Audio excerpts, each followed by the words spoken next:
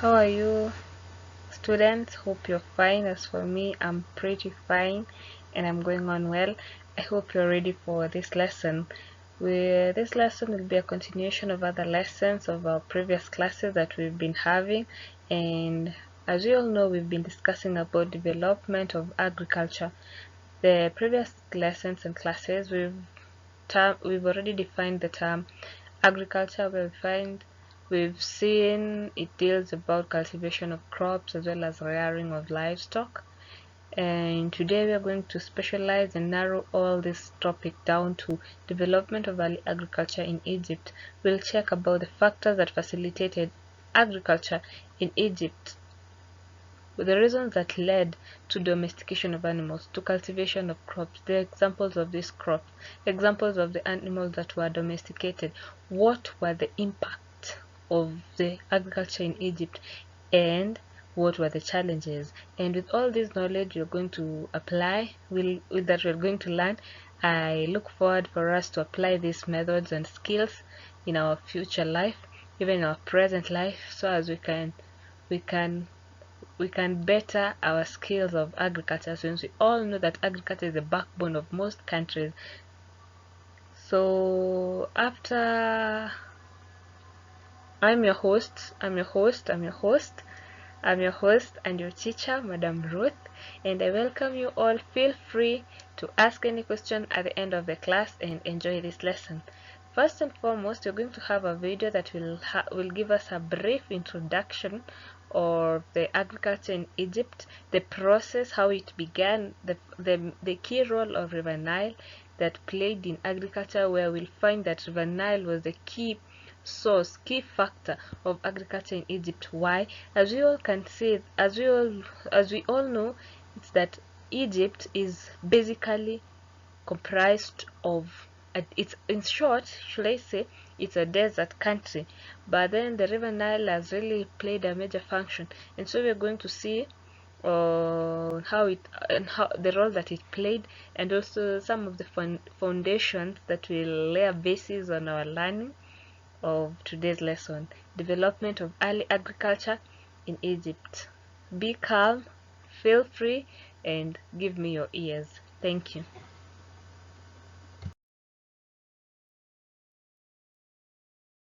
Culture.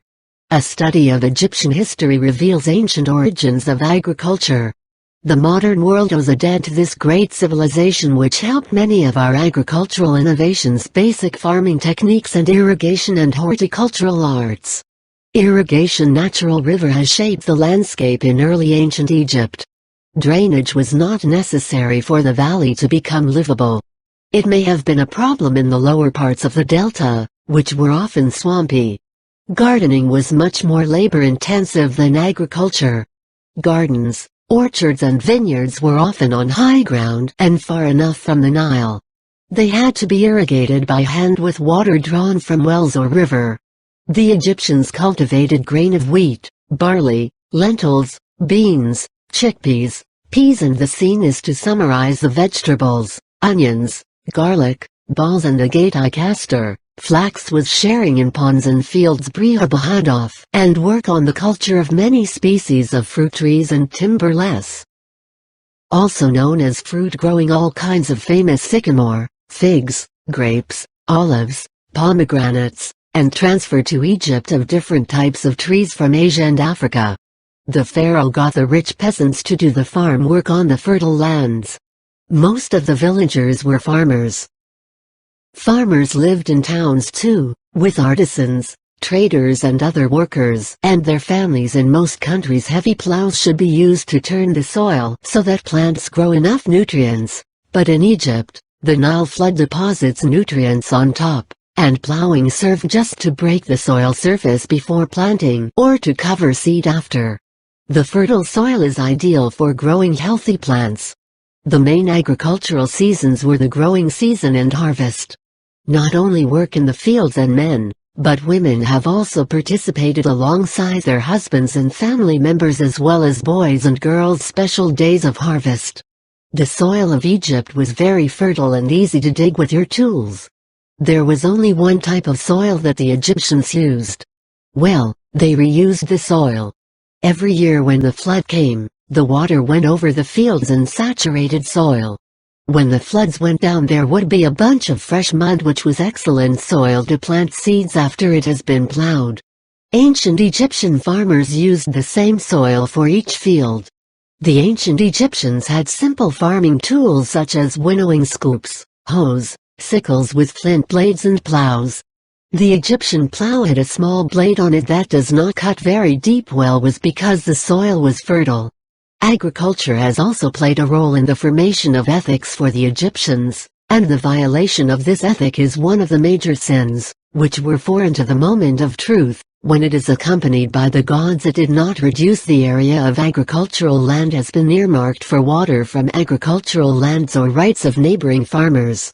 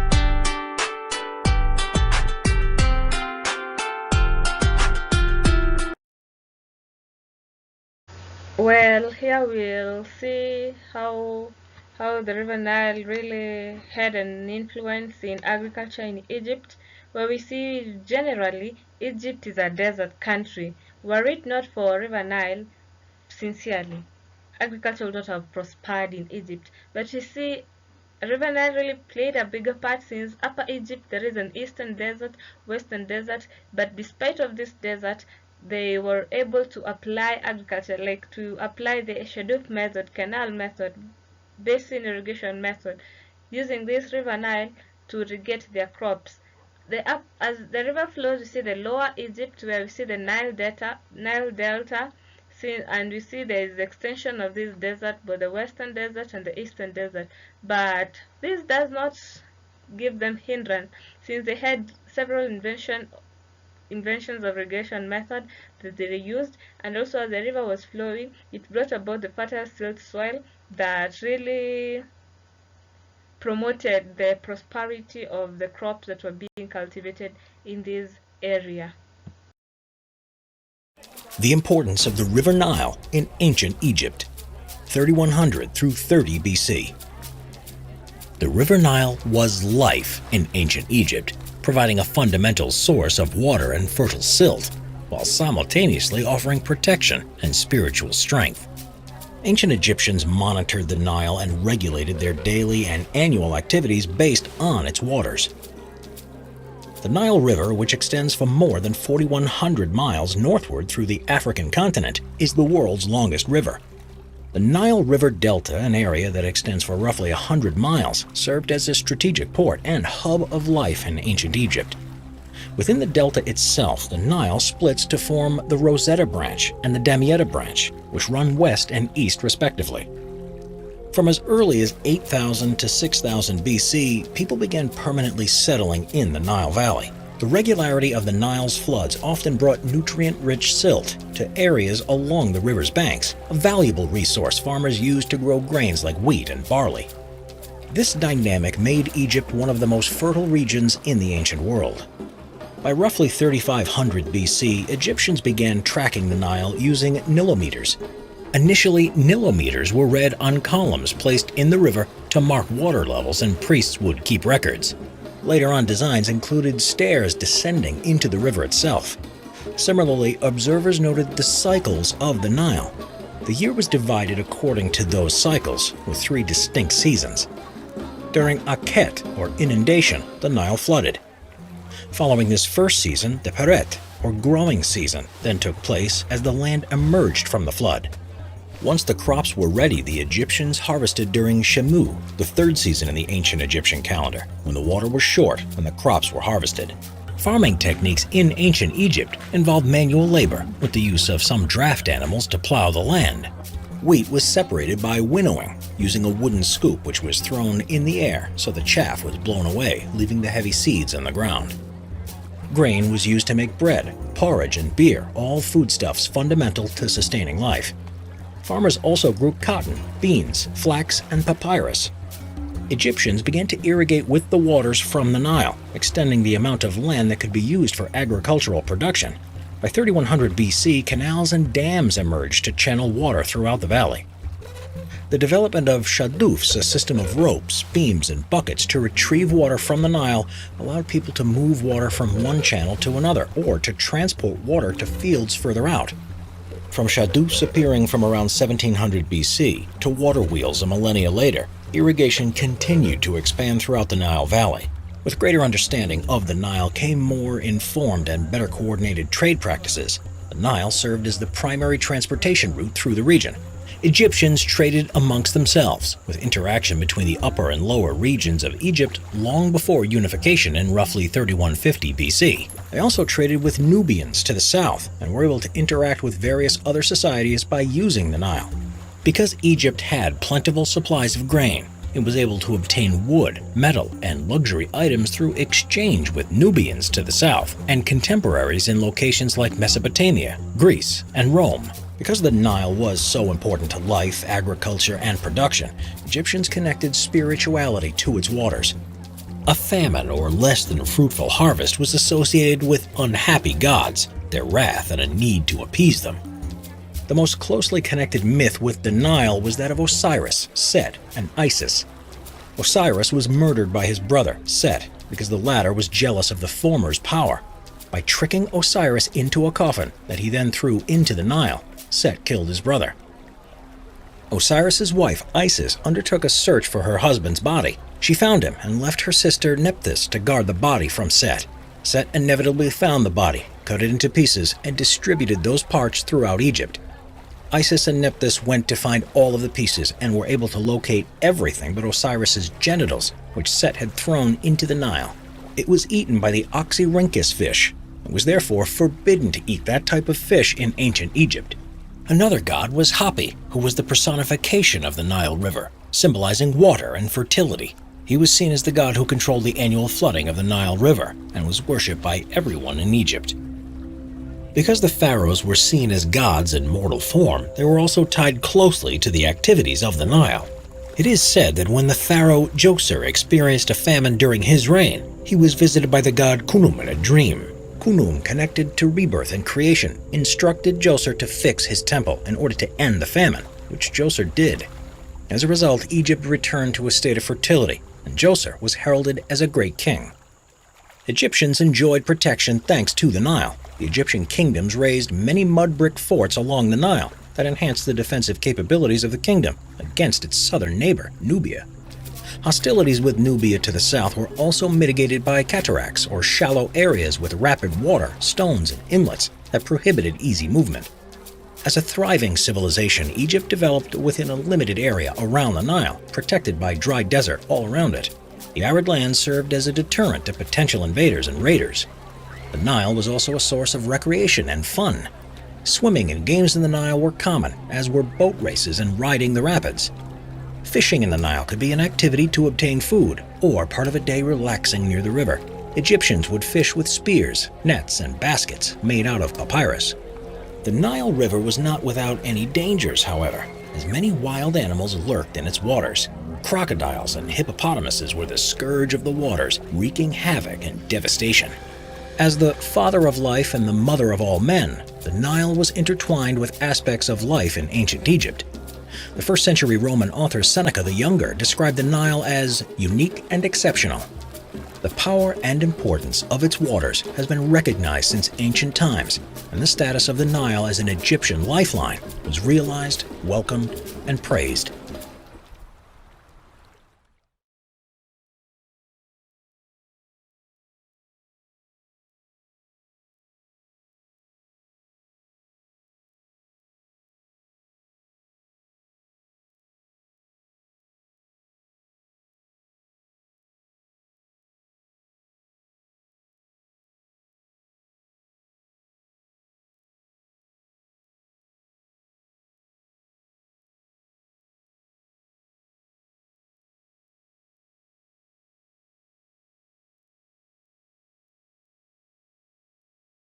Well, we are going to discuss about the factors that contributed or led to domestication of animals in Egypt.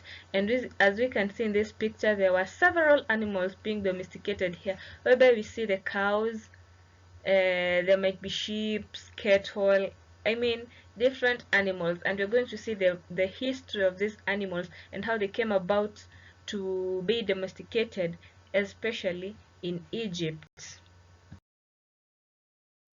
There were several factors that contributed to domestication of animals, one of them being this activity was so tiresome and it was so unreliable. Plants, animals were being overpopulated. Why? Because several killing of these animals led to the decrease in their population.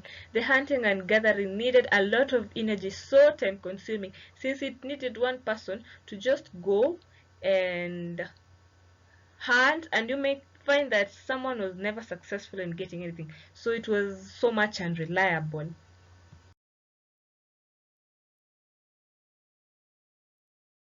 Another reason was the climatic factors, where we see natural disaster would even kill animals, such as floods. Some animals can't survive in a floody area. Maybe an occurrence of a fire whereby animals get killed. Another reason of climatic condition is that animals migrated further.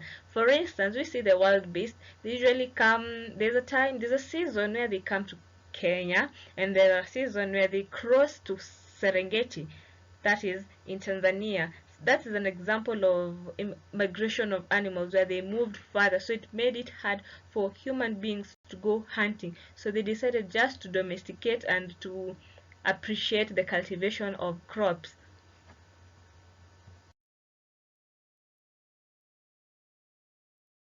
Finally, these animals, as we were domesticating them, they would have given us added advantage, such as they would have given us clothes, whereby their skin would be used to make clothes. They would have given us bones. These bones would be used to make tools. apart from that, these animals also helped us in the transport and movement system, whereby animals such as camels were used to transport. Animals like oxen were used to plow the land. So in general, these animals were so useful. So these are some of the few factors that led to domestication of animals in Egypt. Well, when it comes to agriculture in Egypt, there are some theories that are believed to have laid foundation in the beginning of agriculture in Egypt, whereby we find the first theory is independent theory. Independent theory means that agriculture developed throughout the world depending on the area and condition of the region in where the agriculture is being started. That's the first reason. That's the first theory, and that theory is termed as the independent theory. The second theory is about the diffusion theory, whereby it is believed that agriculture developed from Mesopotamia, where it's the cradle of life. It's believed to be the cradle of life, and from Mesopotamia, these skills of agriculture then spread to the rest of the world. This is the second theory of agriculture. So in summary, we found that there are two theories. That's the independent theory and the diffusion theory. Having discussed the factors that facilitated in domestication of animals and the theories of agriculture, we're going to discuss about the domestication of crops and also animals. We're going to check about the origin of some animals, origin of some crops, and the crops themselves, how they were being grown in Egypt. Well, the beginning of domestication of animals started 10,000 years ago, whereby the first animal to be domesticated was a dog, whereby a dog aided in hunting, a dog provided security. I mean, a dog had variety of importance, and it was the first animal to be domesticated, especially in Africa and more so in Egypt. As we see, the domestication of animals and also the cultivation of crops put a mark of sedentary lives, whereby man had started living permanent lives and settlements. Man started having permanent settlements. This communicates that nomadic life couldn't have made it possible for one to do cultivation, since after a while you would have migrated. But sedentary life really led to a success of domestication of animals as well as cultivation of crops.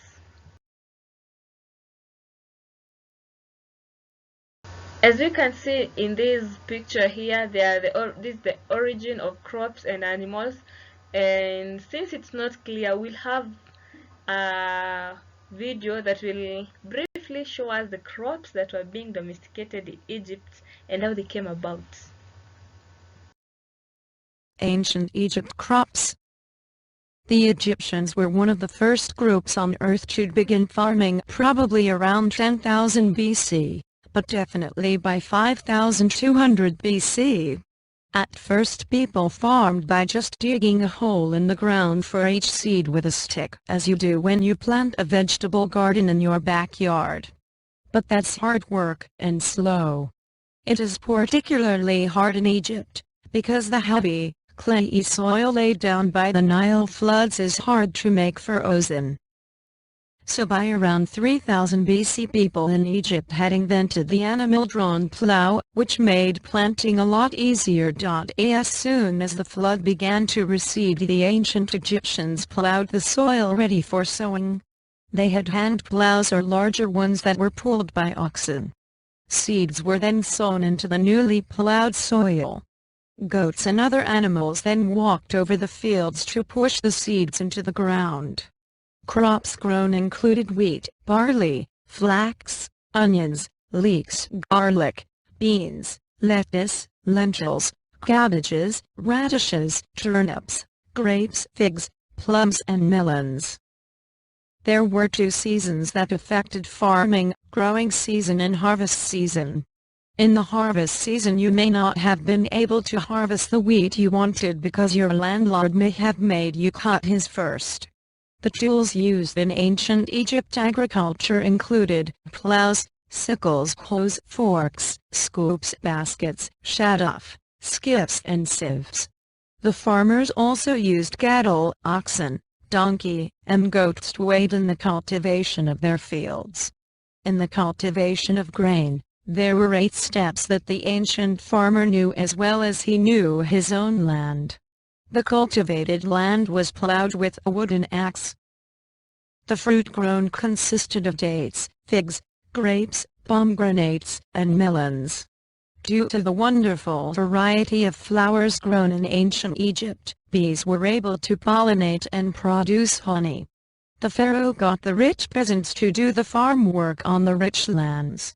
The peasants worked as either reapers or gleaners. The reapers went through the fields first and they did work such as plowing the field to loosen the dirt for the seeds to go in, or they would winnow.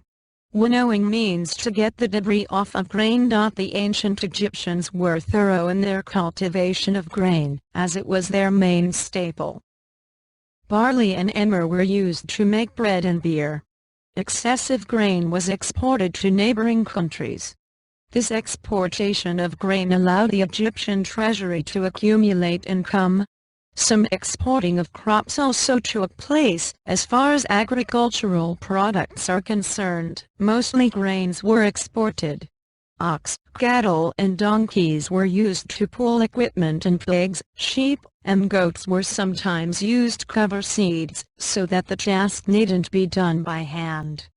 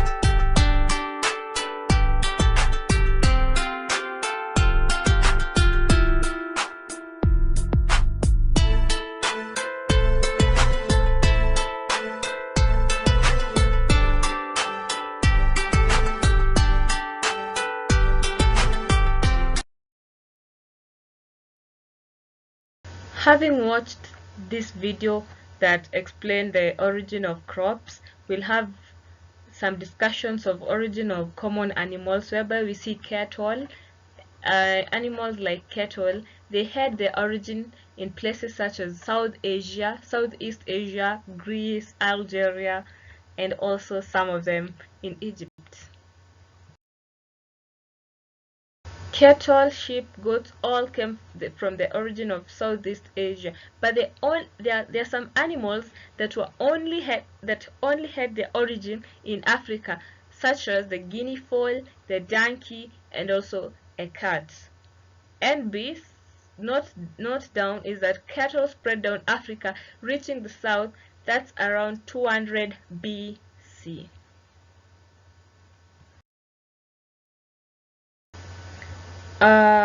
We'll talk about the benefits of domesticating animals, where we see it led to reliable source of food. The animals had their own added advantages, whereby they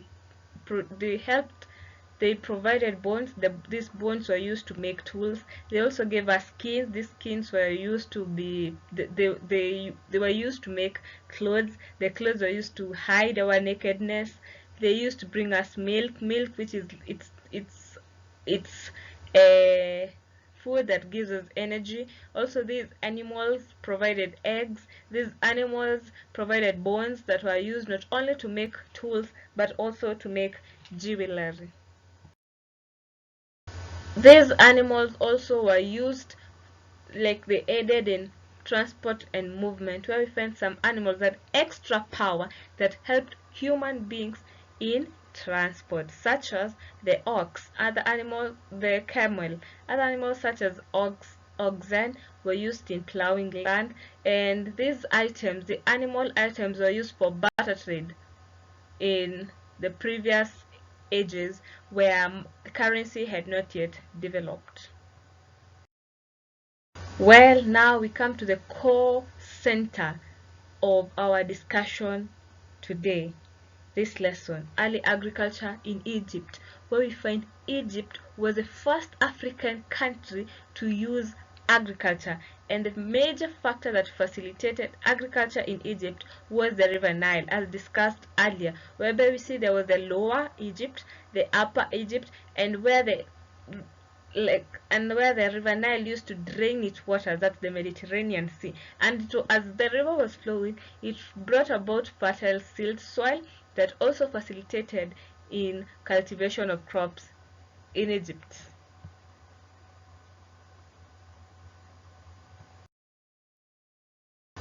As you can see, the factors that facilitated agriculture in Egypt, we've already discussed: the fertile soils, the River Nile. Another one is better tools that were invented, such as the ox plow and the Shadoof method of irrigation, which majorly entailed the River Nile. Here is a better picture of the River Nile, where we see the countries: Upper Egypt, Lower Egypt, Palestine, Phoenicia, Mesopotamia. These are the neighboring countries in Egypt, but our contribution first goes to the Upper Egypt, where we see the Nile. The Nile has the first cataract in the Upper Egypt, and then there is the Lower Egypt, where we have the Sinai and the river draining its waters in the Mediterranean Sea. So we see how the silt came about, and these silts facilitated so much in agriculture in this country. There was an increase in the demand of food, and that really led to the development of agriculture in Egypt. And I see some of these reasons, we've discussed them, so I'll just give you some 1 or 2 minutes to note down the notes, to write down notes, important notes, then we'll continue.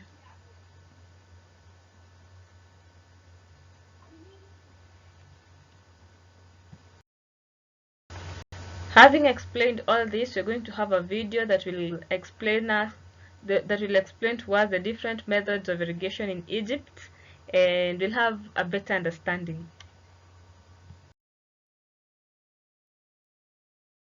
Since prehistoric times, agriculture in Egypt depended on the waters of the River Nile and its regular annual flood Egyptian lands. By providing water and silt, Thus, the land was irrigated on a regular basis a year called beds irrigation, which is a sharing system of agricultural land to beds by mud barriers.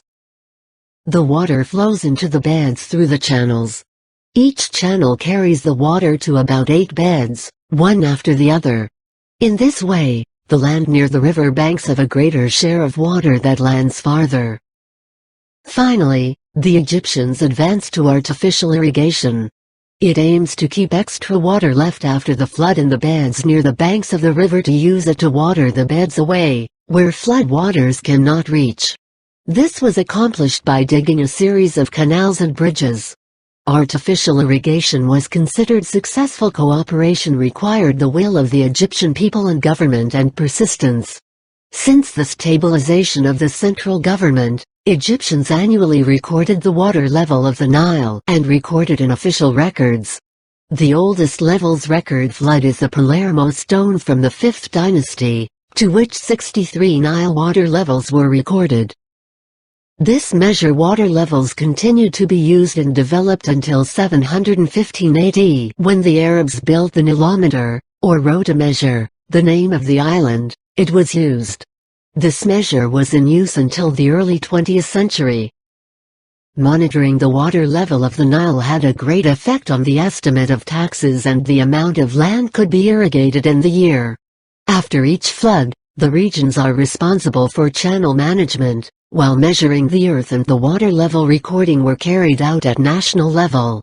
In the Ptolemaic period, Greek temple records presented each region as an economic unit, and sent on behalf of the canal which irrigates the region growing, which is located on the banks of the river and is directly irrigated with its water, and land on the border of the region that could be salvaged.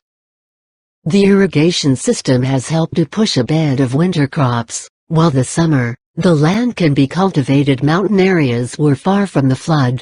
Thus, when the Egyptians invented tools for raising water, such as chadaf, they managed to get 2 crops a year, which was considered a great advance in the field of irrigation. The chadaf was invented in the Amarna period and is a simple tool that needs 2 to 4 men to operate. The shaduf consists of a long handle weighted suspended at one end and a bucket at the other end.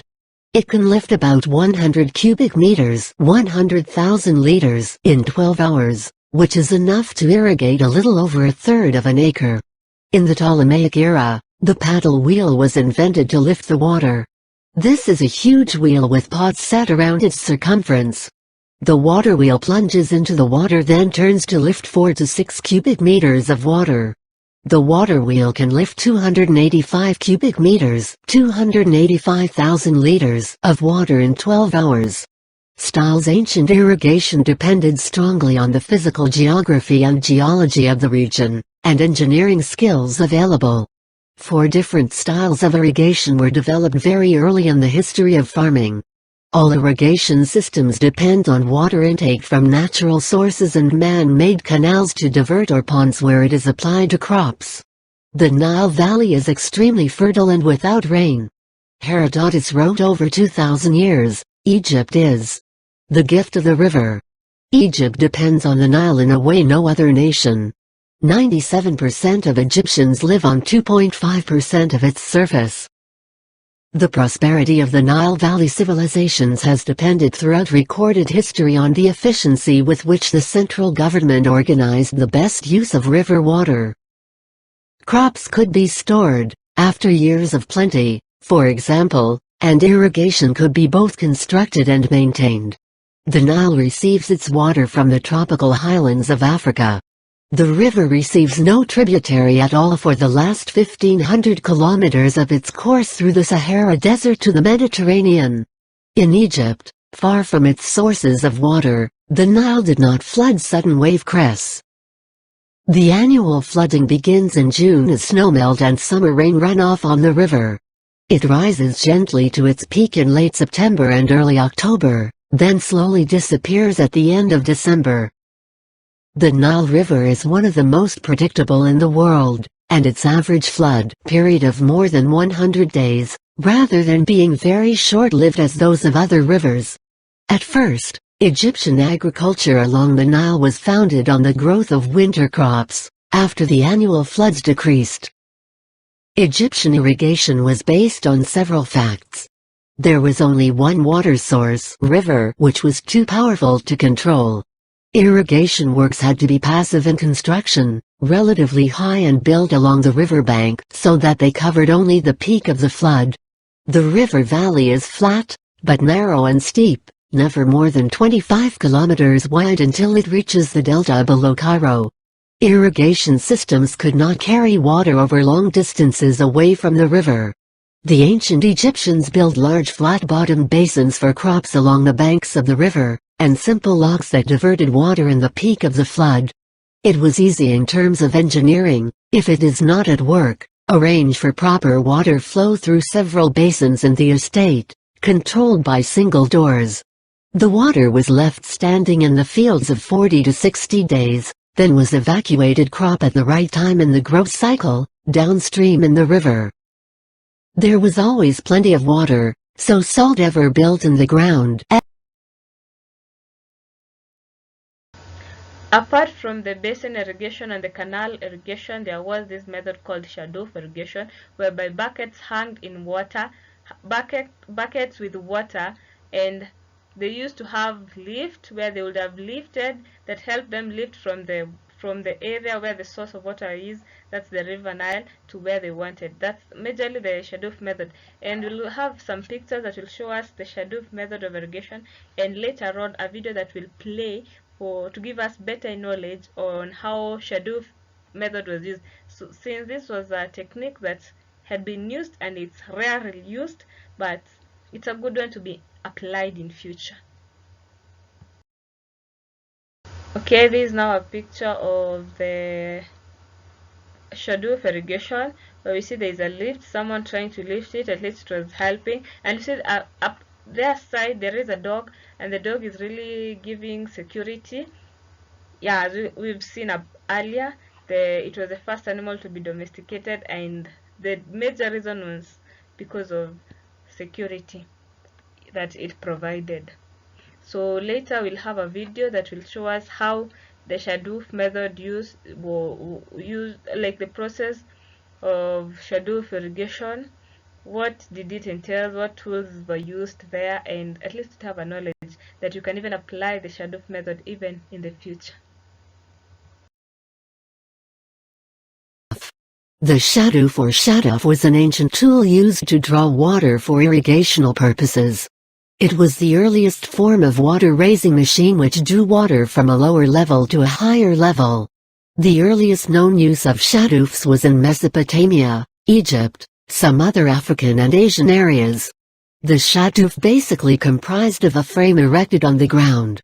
On this frame a long pole or branch was suspended. Towards the long end of the pole a container, like a bucket or basket, was hung, and the shorter end was used for the purpose of carrying the weight, thus balancing the two ends of the pole. The bucket or the container was slowly lowered towards the water body and water was filled in it. This water was then poured over the area where the irrigation activity was to take place. The ancient technique of drawing water using a shadoof has been replaced today by new inventions. However, some people in Egypt still follow the practice of drawing water using shadoof, thus retaining the traditional method.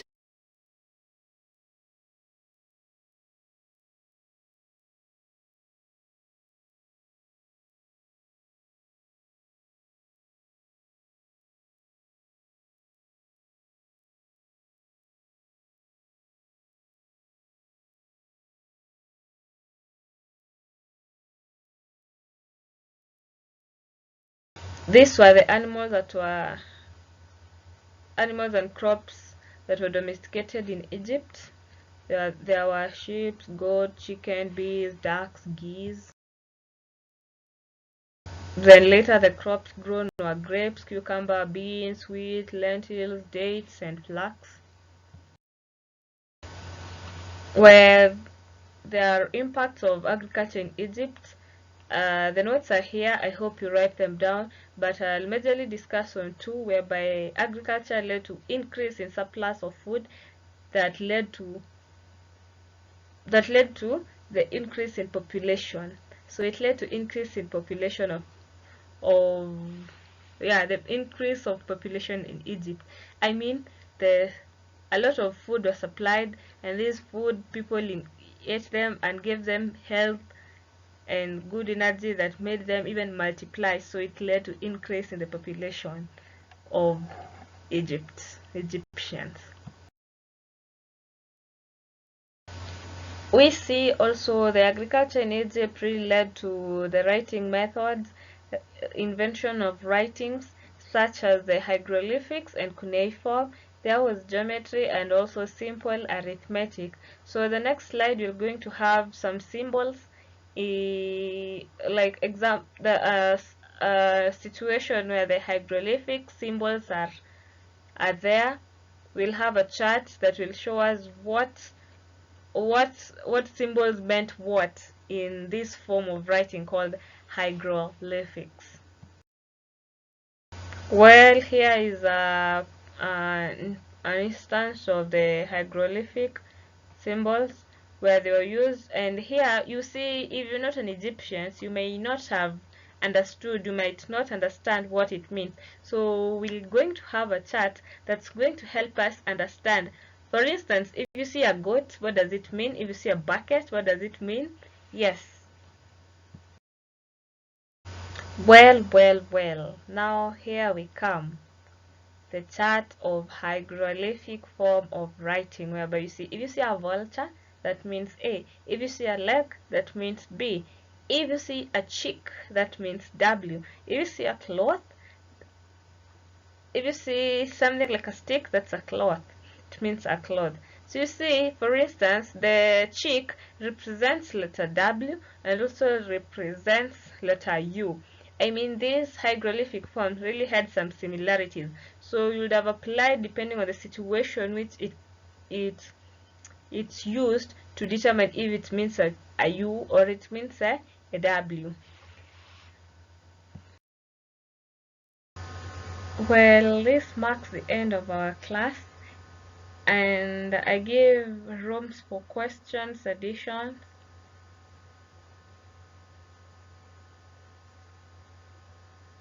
Yes, Edwin. Okay, I've gotten your question, but your question is way further and it will be answered in the next topic, that is agriculture in Mesopotamia. But I really thank you for that question. Remind me the next lesson. Who else has a question? Yes, Frida. Oh yes, a reminder. Yes, let me remind you, we've said there were inventions of writing methods, and that is the hieroglyphics and the cuneiform, and basically what we've discussed is the hieroglyphics.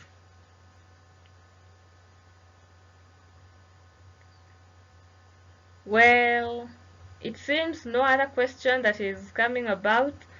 This shows that you've really understood this topic, and I'm glad. At least I'm impressed that we're moving on very well, and I hope we continue the same spirit. So this marks the end of our class, and till we meet again, bye.